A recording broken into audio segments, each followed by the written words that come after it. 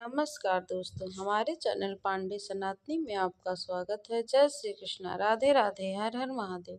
दोस्तों, आज हम सुनेंगे रमा एकादशी व्रत कथा। बोलिए एकादशी माता की जय, तुलसी माता की जय, विष्णु भगवान की जय। हम आपके लिए कार्तिक माह की एकादशी की पौराणिक कथा लेकर आए हैं। एक समय धर्मराज युधिष्ठिर कहने लगे, हे भगवान, कार्तिक कृष्ण एकादशी का क्या नाम है, इसकी क्या विधि है, इसे करने से क्या फल मिलता है, सो आप विस्तार पूर्वक कहिए। भगवान श्री कृष्ण बोले, कार्तिक कृष्ण पक्ष की एकादशी का नाम रमा एकादशी है। यह बड़े बड़े पापों को नाश करने वाली है।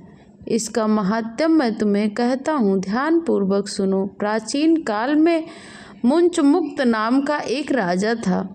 उसकी इंद्र के साथ मित्रता थी। वह राजा बहुत धर्मात्मा था, विष्णु भक्त था और न्याय का राजा था, न्याय से राज्य करता था।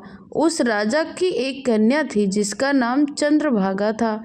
उससे कन्या का विवाह चंद्रसेन के पुत्र शोभन के साथ कर दिया गया। एक समय जब शोभन ससुराल आया, उन्हीं दिनों पुण्यदायिनी रमा एकादशी भी आने वाली थी। जब व्रत का दिन समीप आ गया तो चंद्रभागा के मन में अत्यंत सोच उत्पन्न हुआ कि मेरे पति बहुत दुर्बल हैं, वह एकादशी का व्रत नहीं कर पाएंगे और मेरे पिता की आज्ञा अति कठोर है। यह बात जब उसने शोभन को बताई तो शोभन को अत्यंत चिंता हुई और अपनी पत्नी से कहने लगा, अब क्या करना चाहिए, मैं किसी प्रकार से भूख सहन नहीं कर सकूंगा। ऐसा उपाय बताओ कि जिससे मेरे प्राण भी बच जाए, अन्यथा मेरे प्राण अवश्य ही चले जाएंगे। चंद्रभागा कहने लगी, हे स्वामी, मेरे पिता के राज्य में एकादशी के दिन कोई भी भोजन नहीं करता है। यहाँ तक कि पशु पक्षी भी अन्न जल आदि ग्रहण नहीं कर सकते हैं। फिर मनुष्य तो क्या कहना है। यदि आप भोजन करना चाहते हैं तो किसी दूसरे स्थान पर चले जाइए, क्योंकि यदि आप यहाँ रहेंगे तो आपको अवश्य ही व्रत करना पड़ेगा। ऐसा सुनकर शोभन कहने लगा कि मैं अवश्य व्रत करूँगा, जो भाग्य में होगा वह हो जाएगा। इस प्रकार से विचार कर शोभन ने व्रत रख लिया और भूख और प्यास से परेशान होने लगा। जब सूर्य नारायण अस्त हो गए तब रात्रि के जागरण को समय आ गया और वो समय शोभन के अत्यंत दुखदायी हुआ। प्रातःकाल होते होते शोभन के प्राण निकल गए। शोभन की मृत्यु के बाद चंद्रभागा अपने पिता के घर में रहने लगी। रमा एकादशी के प्रभाव से शोभन का मंदराचल पर्वत पर धन धान से युक्त और शत्रुओं से रहित एक सुंदर देवपुर प्राप्त हुआ। अत्यंत सुंदर रत्न और मणियों से जड़ी स्वर्ग में निर्मित था। एक समय मुचकुंद नगर में रहने वाले एक सोम शर्मा नामक ब्राह्मण तीर्थ यात्रा करते हुए देवपुर में जा पहुँचे और वहां उन्होंने शोभन को पहचान लिया। शोभन भी उन्हें पहचान कर उनके पास आया और प्रणाम कर बोला, हे ब्राह्मण राजा, मुचकुंद में मेरी पत्नी कुशल तो है ना। ब्राह्मण बोले, हाँ, नगर में सब प्रकार से कुशलता है, परंतु हे राजन, हमें आश्चर्य हो रहा है कि आप अपना वृत्तांत कहिए। ऐसा सुंदर नगर जो कभी देखा न हो और जो कभी सुना न हो, आपको कैसे प्राप्त हुआ।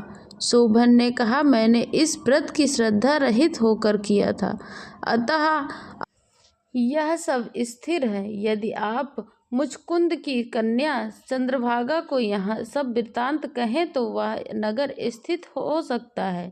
यह सुनकर ब्राह्मण अपने नगर को लौटकर चंद्रभागा को सारा वृत्तांत कह सुनाया।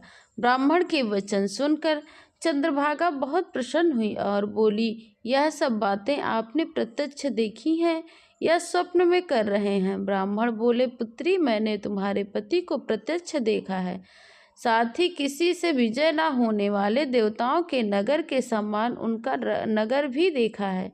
चंद्रभागा कहने लगी, आप मुझे वहां ले चलें, मुझे मेरे पति के दर्शन करने की तीव्र लालसा हो रही है।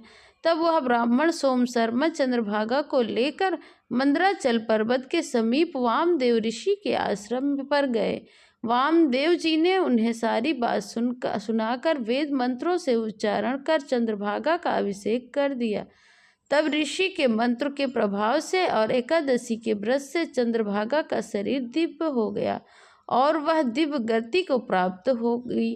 इसके बाद प्रसन्नता के साथ अपने पति के निकट पहुंच गई। अपनी प्रिय को अपने पास देखकर शोभन अति प्रसन्न हुआ। चंद्रभागा कहने लगी, हे प्राणनाथ, आप मेरे पुण्य को ग्रहण कीजिए। अपने पिता के घर जब मैं 8 वर्ष की थी तब से विधि पूर्वक एकादशी के व्रत को करती आ रही हूँ और इस पुण्य के प्रताप से आपका नगर स्थिर हो जाएगा तथा समस्त कर्मों से युक्त होकर प्रलय के अंत तक रहेगा।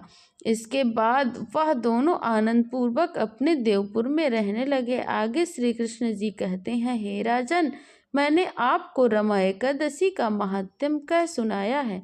जो मनुष्य इस व्रत को करते हैं और ब्रह्म हत्या समस्त जैसे पाप नष्ट हो जाते हैं। जो मनुष्य इस महात्म्य को पढ़ते हैं, सुनते हैं और दूसरों को सुनाते हैं, समस्त पापों से छुटकारा पाकर विष्णु लोक को प्राप्त होते हैं। बोलिए श्री हरि विष्णु भगवान की जय, नाथ नारायण की जय, एकादशी माता की जय।